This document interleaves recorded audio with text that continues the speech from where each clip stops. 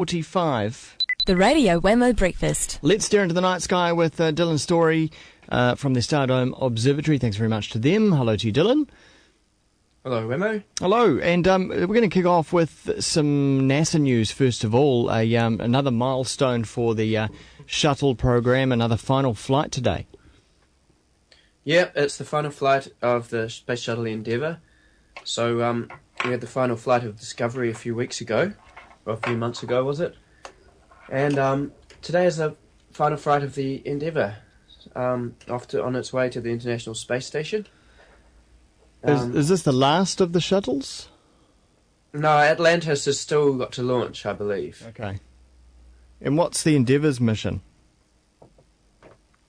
I think it's just a basic restocking, refueling, resupplying, changing of crew of the International Space Station. The shuttles, of course, there to take the big stuff up because the other craft that services the International Space Station is the Russian Soyuz craft, which doesn't have such a big payload. So I assume they're taking something big up there, probably lots of stuff. And no doubt people will be able to watch that launch live on NASA TV. Also, I think Ustream has a stream as well. Do we have a time? Oh, actually, I'm just looking here. We're talking about 6 a.m. American time. So okay. What's that in our time? That's about. Oh, that's in the middle of the night. Yeah. Yeah. Just after midnight-ish. Not the easiest of times. Normally, it's actually quite a good time for us in New Zealand. Normally, we get it during the day. So yeah. I think they've got storms over there at the moment, so they've estimated this break between storms, and they've got a 4-hour window to launch. Okay. All right. Yeah, anyone up late, definitely check out NASA TV if your internet connection's good enough, which mine isn't. Well, that's unfortunate. Also, NASA have witnessed something rather extraordinary in the night sky.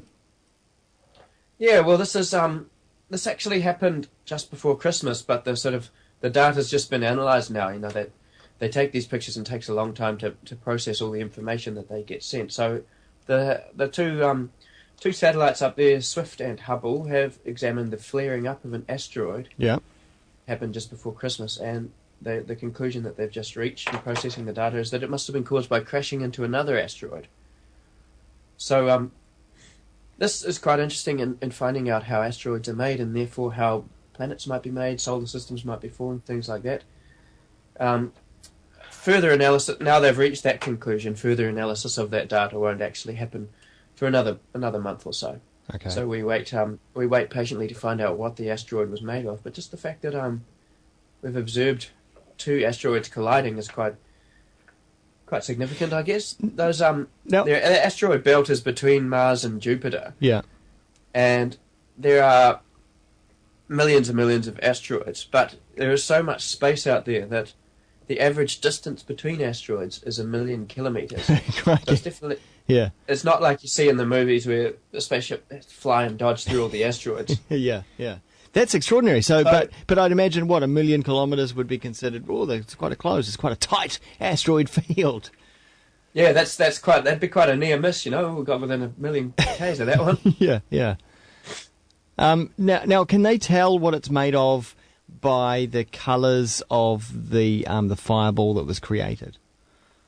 Yeah, well, not a fireball as such, just a sort of ejecting of matter. So they estimate that this one's ejected over 600,000 tons of dust. So that's quite significant. They also reckon it's not a collision between 2 similar-sized asteroids, because that would have made a much bigger explosion and destroyed the original object. So it's probably a small thing hitting a large thing. And yes, they can tell what they're made of because of the spectrum of light. So each type of material either absorbs, reflects, or refracts different wavelengths of light. So in this case, the asteroid belt is further out from Earth compared to the Sun. Yeah. So it would be reflected light. We're not getting light coming through it. Mm-hmm. So you get these what you call absorption or emission lines in the spectrum of light from something. So different elements will show up. What they do is they separate out the spectrum of light from something, and this can happen from stars, nebulas, all sorts of things. That's how we tell a lot about what space is made of.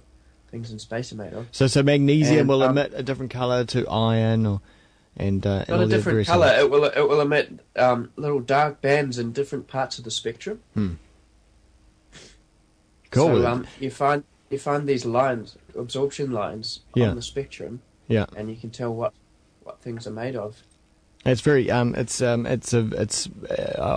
sort of learned that recently, and it's pretty amazing. That's how you can tell what planets are made up of and stars are made up of in deep space.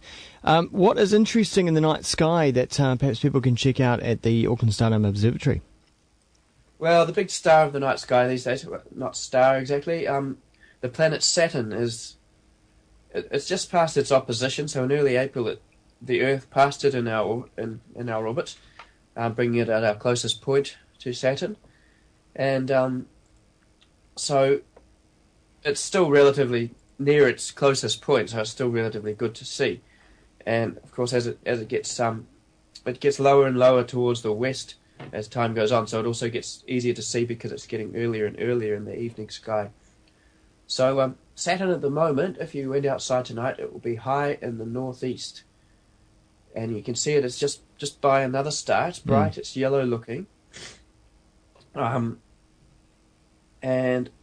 it's a great thing to see through a telescope. It's one of those moments when you're showing people it through a telescope that everyone goes, oh, yeah, oh, wow. And so are the rings at a good angle at the moment, so to see them not sort of right on? So yeah, they're at a pretty good angle. Yeah, they, I think it was September the year before last. Yeah, September the year before last. It was Saturn's equinox, so that was when the rings were flat on. You actually couldn't see them. Yeah, but it didn't really matter because Saturn was behind the sun at that time, so we wouldn't be able to see it anyway. But we're coming out of its cycle over the next few years. The rings will be getting more and more inclined.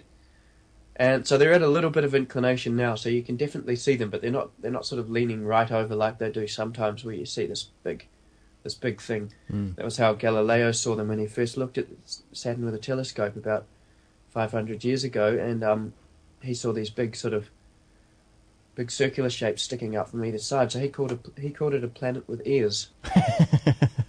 As you would. So if you saw it now, you wouldn't call it a planet with ears. You'd call it a planet with, I don't know,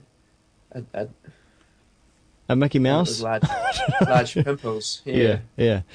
Excellent. Well, I recommend, of course, go to Auckland Stardom Observatory and check out their telescopes there and see some pretty amazing stuff in the night sky. Dylan Storey, thanks very much for telling us all about it today, and we'll catch you next week.